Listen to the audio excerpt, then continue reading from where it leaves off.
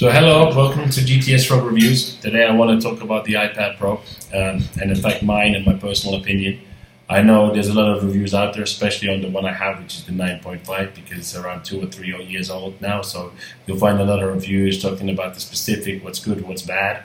This is more an opinion video about why I think it's good and why I think it's one of the best tablets out there. I haven't really tested it against the cheap Chinese tablets. There are two which I've heard can compete. One is the T-Master 10 or Master T10, sorry, and the Xiaomi Mi Pad 4, but I haven't been able to get hold of them, so I haven't been able to review them. One thing about both of them is they don't go above 64 gigabytes, whereby the iPads now go up to 256 gigabytes. The one I have here is 128 gigabytes. I did buy the pen, and just like I'm going to explain to you in a minute why I don't think it's worth it, just like the keyboards.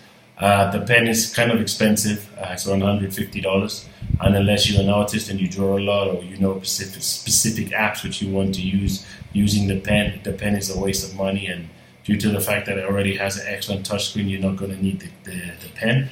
And the keyboard, I don't think it's worth buying the Logitech or the one from iPad itself. They're very, very expensive, and any Bluetooth keyboard will work. Like I use this one here, which is the Sag Pocket device, and as you see, it folds and it fits in your pocket or in a bag really easily, and it's very, very light, so I don't think it's worth to spend so much money on the iPad 1 or the Logitech. The advantage of both of them, though, is they directly connect to the iPad, so you can have it as one unit and it all fits into one solid unit, whereby here you have to have them separate, but in this case it's not such a big deal. I like the iPad because it's a very bright screen with excellent viewing angles. There's no real problems. I watch Netflix plenty of times.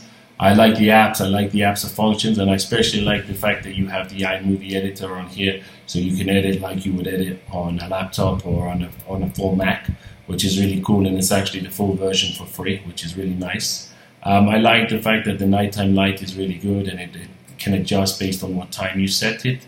I do like the fingerprint reader, and unfortunately that's why I've gone off a lot of the Apple devices recently, because I think they're too expensive for what they offer, and especially the iPhone X get rid of the fingerprint reader, and I've also heard the new iPad is going that direction, which I hope they don't, because I think it's a really useful thing, and the Face ID is a bit of a pain in the ass, to be honest, excuse my use of the word.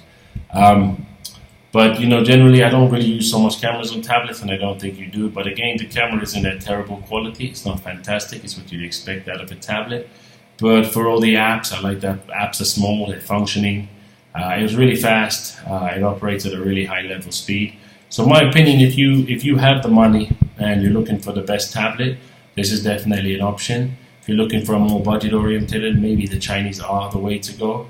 But if you have the money and you want the tablet and you want one of the best out there, then the iPad is definitely what I would suggest you go. The newer models are the 10.5 inch, I believe, and the huge one. As you'll see in my previous video, the huge one I don't think is worth the money, to be honest. But the 10.5 is the same as this one, and I think it works excellent. My only advice would be, do not buy the pen or the keyboard. So again, I hope you enjoyed this review of GTS Frog.